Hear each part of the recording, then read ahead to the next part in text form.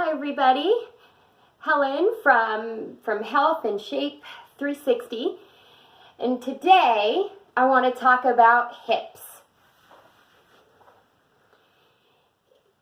It's one of the most important joints in your body. A lot of back problems and knee problems actually stem from hip issues. Think of it like this: if your hip is weak or lacks range of motion, then the joints before it and after it have to take loads that it's not actually made to take. Don't want to take a lot of time on that. What I do want to talk a lot about today is exercises that keep your hips strong and healthy. Okay? And it's all about the booty. If your glutes are doing the job they're made to do, it helps you exponentially. And I actually even kind of envision my glutes as a core component. If I do core exercises every single day, some of them are very minor, and while I'm driving in the car, that includes some exercises to strengthen my glutes every single day. Because you need them for every function that you could possibly want ever in your life. Okay? Which brings up, it makes me so proud to see all these girls and even guys in the gym doing booty work. But the number one thing that I want to stress is size doesn't always equal strength. Okay? Functionality is so much more important than it looking a certain way.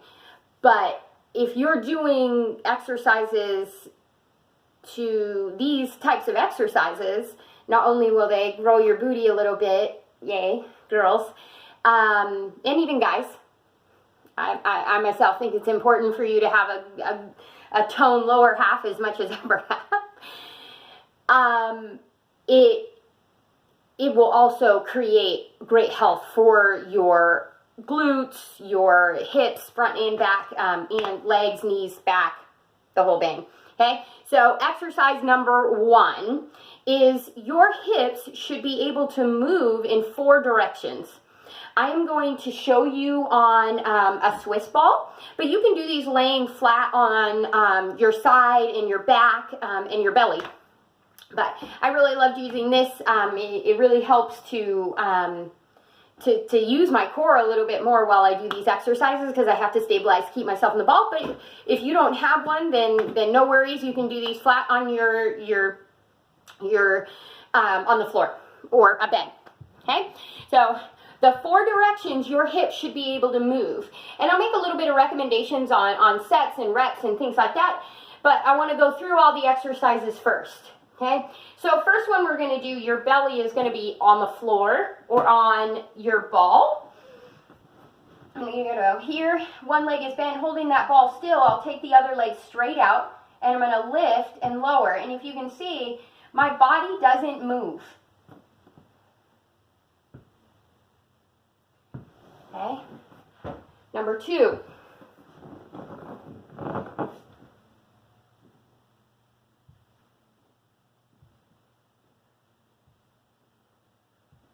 Number 3, you can step front or back. This makes more sense to me. I don't like leaning back. As you see, a little less range of motion on that inner thigh, but there's with stepping back. I have a lot more range of motion, but I feel it a lot less. So you play with it a little bit. Number 4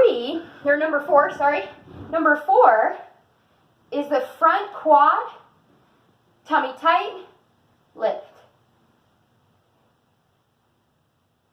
You don't need to lift any farther than this leg, because then at that point you're kind of turning in the hip, and I want that tummy tight to keep that back flat.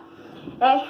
Standing, you can do all of these also, and they just react a different component. But if you don't have the kind of balance to stand on one leg, this wouldn't quite get that spot because you're worried about falling. So those 3 directions, or those 4 directions, lifting out, lifting across,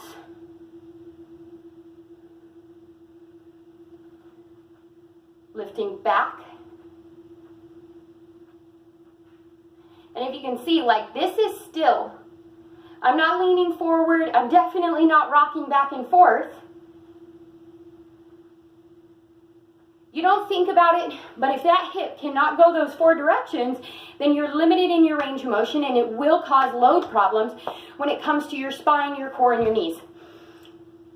Next exercise is a squat or a sit to stand. So depending on the level you're going to, you may be missing some of it. There's a lot of people that jump right into squats, but they look a little bit more like this.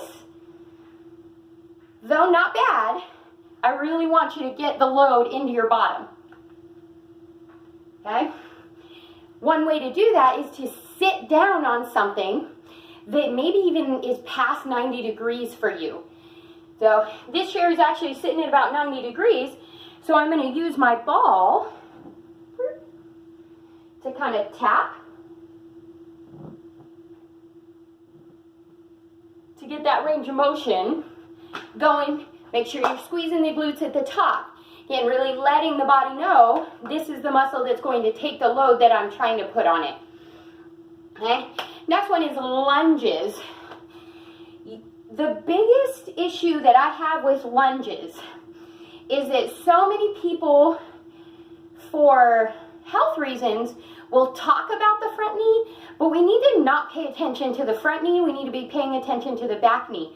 When you lunge, you should be tall, and you should be trying to drive that back knee towards the floor. If you're so worried about that front knee, here's what I see a lot of. That front knee drives forward, your body falls on the front of that leg. What you just did is unengage the glutes and the core, and you put all your weight on your knee instead of your hip and glute. Okay? But lunges can be done in so many different ways. And one of the ways that I really love doing is people, especially people that struggle with that range of motion or struggle with that function, is I make them step back or step forward. Again, concentrating on that back knee, getting it as close to the ground as possible. The third way to lunge that is a miss for saying, it's just not done as often as it really should be because of the function of it through your hips, is a side lunge. So I'm going to get kind of as much range of motion as I can. Big step. Both feet are facing forward. They do not turn out. And what I want to do, let me make sure my ball's out of the way, is try to get my bottom as low as I can. Because again, like I said, when you cave, you're removing really important muscles. So you want to keep that leg as straight as you can, get your bottom as low as you can, push back up and squeeze. You can step doing it, or you can stay in one place doing them. Okay? The next one is hip thrusts or bridges. They're done either flat on your back, and I'm going to use my ball because it just adds a different component.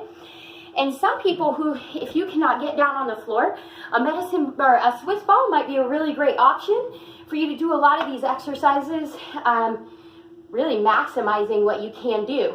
But if you're laying flat on the floor, you don't have a Swiss ball, you're laying flat on the floor, you're going to pick your hips up as high as you can, squeeze your glute muscle together, and then slowly lower yourself down. The big thing that is important and you want to see is your knees should never knock together, and your bottom has to be squeezed. Push up, squeeze, lower back down. Push up, squeeze, lower back down. Okay? Those are those exercises that I want you to do. I want you to do for the rest of your life. I want you to stay active and keep that tushy strong. God bless.